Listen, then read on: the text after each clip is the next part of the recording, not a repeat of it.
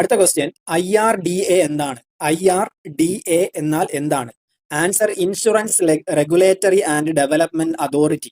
Insurance regulatory, അതായത് ഇൻഷുറൻസുമായിട്ട് ബന്ധപ്പെട്ടിട്ടുള്ള എല്ലാ കാര്യങ്ങളും കൺട്രോൾ ചെയ്യുന്ന അതോറിറ്റിയാണ്. ഇതേ സ്റ്റാറ്റ്യൂട്ടറി കമ്മിറ്റിയാണ് insurance regulatory and development authority.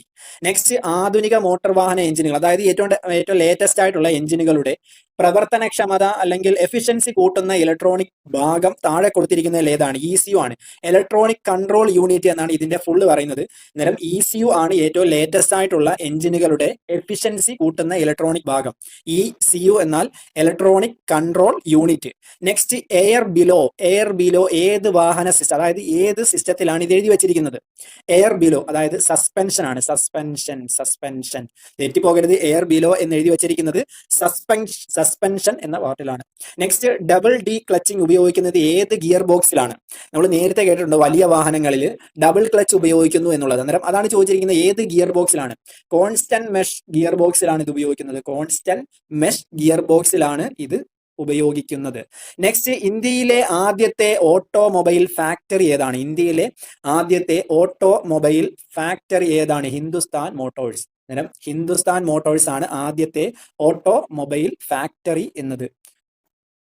Next, വാഹനത്തിന്റെ ലഘു നിയന്ത്രണ ഉപാധികളിൽ പെടാത്തത്. ആൻസർ തെറ്റാണ്. അന്നേരം അത് ആ ക്വസ്റ്റ്യൻ എന്ത് ചെയ്തു? ക്യാൻസൽ ചെയ്തു. നെക്സ്റ്റ്, വാഹനങ്ങളിൽ ഹോണിന് അനുവദനീയമായ ശബ്ദപരിധി, അതും ക്യാൻസൽ ചെയ്തു.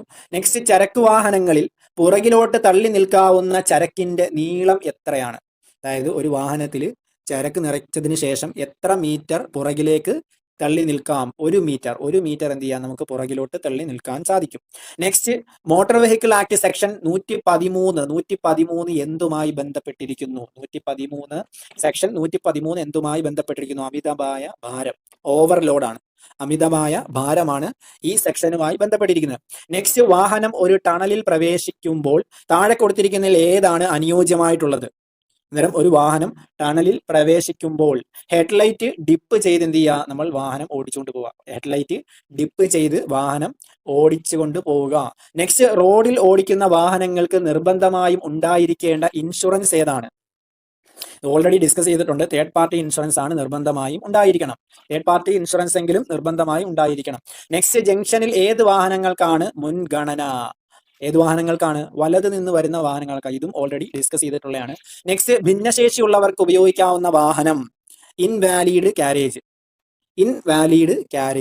നെക്സ്റ്റ്, വാഹനത്തിൽ എത്ര ആളുകൾ യാത്ര ചെയ്യാം എന്ന് വ്യക്തമാക്കുന്ന രേഖ, അതായത് ഏത് പേപ്പറിനകത്താണ് ഇത് രജിസ്റ്റർ ചെയ്തിട്ടിരിക്കുന്നത്? അതായത് ഒരു വാഹനത്തിൽ എത്ര ആളുകൾക്ക് യാത്ര ചെയ്യാം? അത് രജിസ്ട്രേഷൻ സർട്ടിഫിക്കറ്റിലാണ്. രജിസ്ട്രേഷൻ സർട്ടിഫിക്കറ്റിലാണ് ആ വാഹനത്തിൽ എത്ര യാത്രക്കാർ അല്ലെങ്കിൽ എത്ര സീറ്റ് എന്നത് അടയാളപ്പെടുത്തി, അല്ലെങ്കിൽ